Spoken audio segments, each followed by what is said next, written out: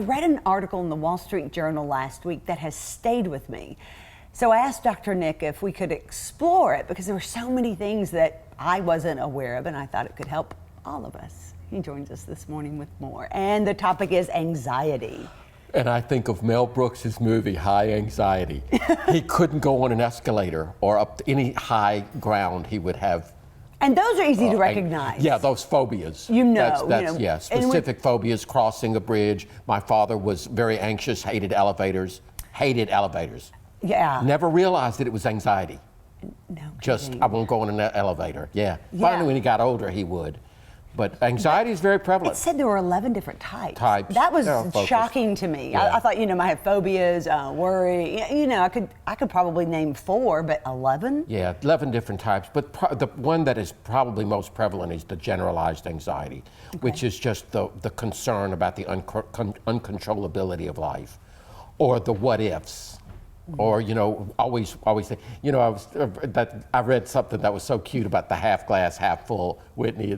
The optimist sees it as half full. The optimist sees it as half full. The pessimist sees it as half empty. The anxious person is not worried about either, but they're more concerned about whether the rest of it's going to evaporate overnight. It really does make it laughable because there is obviously one of the ways to treat anxiety is through humor. I mean, it really is. It's good for everything. It's just good for everything. Yeah, it's a great anti-anxious, anti-depression, which kind of go hand in hand. They can certainly lean on each other. But my question is, in this article too, it said that there are more people with it than ever. I realize we probably have better diagnostic tools as well, so those people are certainly in a category, but is it the world we live in too? Whitney, I have often felt that's, and I read that article, you sent it to me, and I was a little bit disappointed that she spent so much time talking about medication and the types of medication. And while because I'm not an MD, I'm not a psychiatrist or even a psychologist, so that's not my area, first of all. Sure. But I also think that there really needs to be a look at society, particularly Western society. We're highly materialistic. Don't you remember, maybe you didn't grow up in it, but we have still a lot of what I call normalcy bias, where we think I've got to keep up with this family, or money is an issue. We spend beyond our means. That creates anxiety. Certainly. Consumerism, the lack of interpersonal connections, can create anxiety. The lack of engagement at work can create anxiety. Lack of engagement. What do you mean? Lack of engagement, meaning always feeling threatened. That you may be going to lose your job, or that somebody's going to take over, or that you got looked at funny, or that you're a boss and you said something to one of the lowers and you're thinking, oh my God, I'm not a good boss. We start second guessing, and that's all a part of anxiety. We just start getting anxious. But some of it can be paralyzing. Some of it can be paralyzing. Some of it can be enhancing. Explain. I know you've given talks before. I know people have asked you to speak, and I bet you anything you had a little anxiety. I always get a little nervous. Now, that is normal because that pumps up. That gets you going. That gets the adrenaline going. And so you always want a little bit, but you want it to be optimal. You don't want it to go overboard because it does become paralyzing. Yes, I was with a group of people, and they said a 23-year-old college graduate that they knew, so he's been out in the workforce just a little while, was in the emergency room the other night. He didn't know why he thought he was dying, and it was a panic attack. It was a panic attack. I can't think of how many people have said to me in their lives that they thought they were dying and found out it was a panic attack. And it was really very relieving. It is, even though your heart's racing, your breath is accelerating.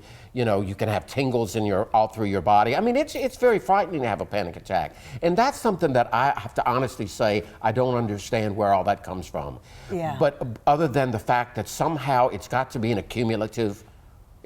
accumulation of some kind of traumatic or difficult or unresolvable experiences in life that have just, as I said, accumulated. Right. And that we're not even aware of. Sure. And why do they appear sometimes when we Seemingly out of nowhere. out of nowhere. Yes, it's the trigger. It's the association. It's the I was just thinking this morning, I had a little bit of a, not so much panic, but I was like, wow, and it was triggered by a picture that I looked at of growing up. Because I do think childhood, no matter how much we want to say, oh, here we go again with mommy and daddy issues or childhood issues, childhood is highly developmental. And there can be a lot of anxiety. And if it wasn't, ideal, and what childhood is, right? We're all going to have. Exactly, we're all going to. But it really does kind of eat at me and break my heart when I hear stories about bullying at school with kids, because that's creating anxiety. What would be the opposite of anxiety? The feeling of safety, the feeling of being at peace, the feeling of serenity, the feeling that all is well.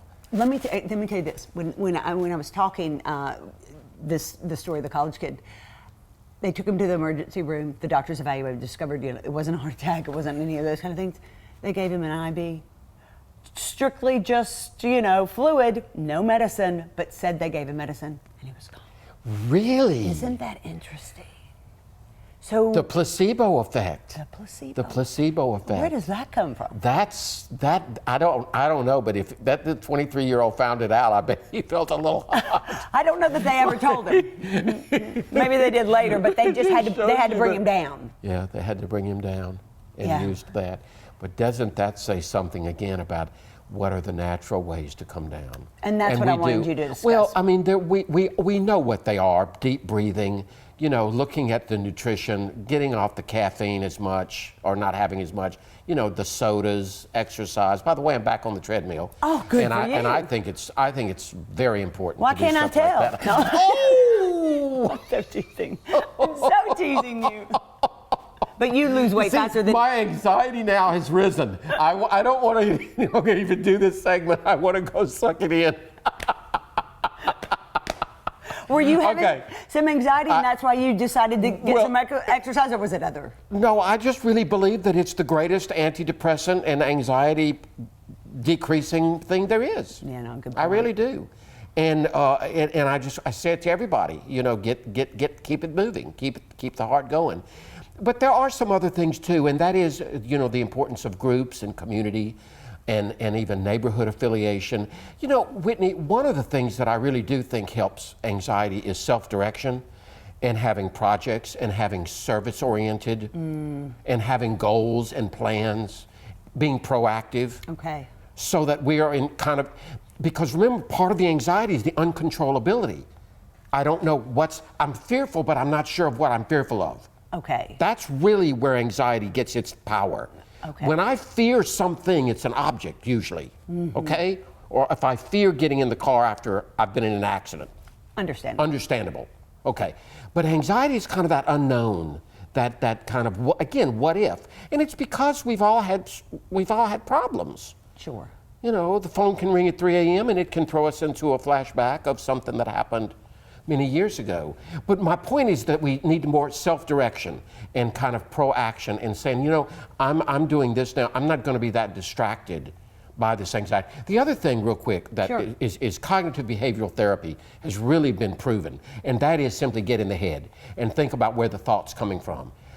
I may be feeling anxious, but it very often is because I'm thinking something. And I'm thinking, what's the worst that could happen? And so what we do is we play that out. I had a situation just the other day where someone said, oh, I just don't think I could say that to someone.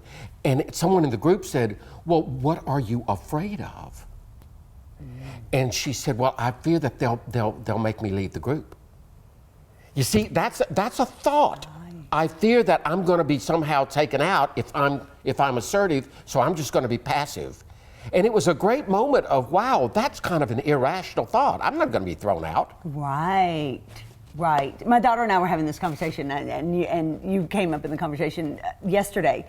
We were talking about being direct, and I asked her if she wanted something, and we were driving home, and she said, no, it's okay. And I said, no, but do you really want it?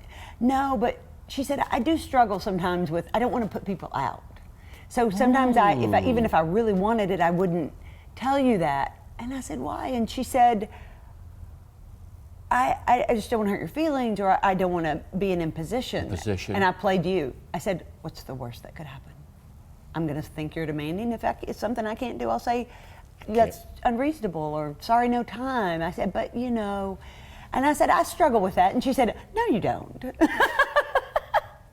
Isn't that interesting? She said, I think you very much say what What's you on want. your mind and what you want and what you would prefer. And so I paused for a moment and I said, it's been a long time coming. I remember feeling like you did when you were younger. I said, but luckily, Dr. Nick's a good friend of mine. Absolutely. And you have given a great segue into next week, which we're going to talk about motherhood. Yes. And that's another great segue into you may have saved your daughter thousands on therapy. You think so? Well, sure, by Good. talking about it, by kind of feedbacking. That's a way to take down the anxiety. What's the worst that could happen? Or what is it that you're afraid of? Because fear is real. It's probably the most primitive emotion. It is. And so when you can say, well, that's okay. You know, I've been there, or if I can't give it to you, I'll just say, you know, you can't have it. That was a great moment. That was a great moment. Thank you. Yes. Only because I know you so well. So Thanks, watch great to the see you. anxiety. Good to see you That's too. right. And motherhood next week. But we have more Weekends with Whitney coming up after this.